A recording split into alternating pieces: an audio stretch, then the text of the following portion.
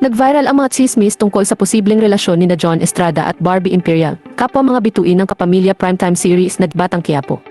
Ang mga usapin ay nagsimula nang lumitaw ang mga larawan at video na nagpapakita ng kanilang closeness sa set ng serye, pati na rin ang mga haka-haka tungkol sa paghihiwalay ni Barbie at Richard Gutierrez. Hindi nag-atubiling sumagot si John sa mga batikos at naglabas ng isang mahabang post sa kanyang Instagram account. Dito ay inamin niyang hindi niya personal nakilala si Barbie at tanging sa Christmas special ng ABC lamang sila nagkita at hindi pa niya matandaan kung noong 2021 o 2022 ito naganap. Idinagdag pa niya na wala silang iisang grupo, unit o direktor sa Batang Quiapo kaya't hindi sila nagkakasabay sa shooting.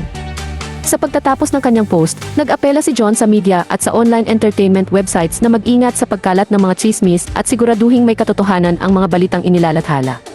Hindi ito ang unang pagkakataon na na-link si John sa ibang babae. Noong nakaraang taon ay naging kontrobersya rin ang aktor nang makita siyang may kasamaang babae sa isang bar. Samantala, patuloy na nagiging usap-usapan ang relasyon ni Barbie at Richard. Bagamat hindi pa nagbibigay ng opisyal na pahayag ang dalawa, marami ang naghihinala na nagkakalabuan na sila.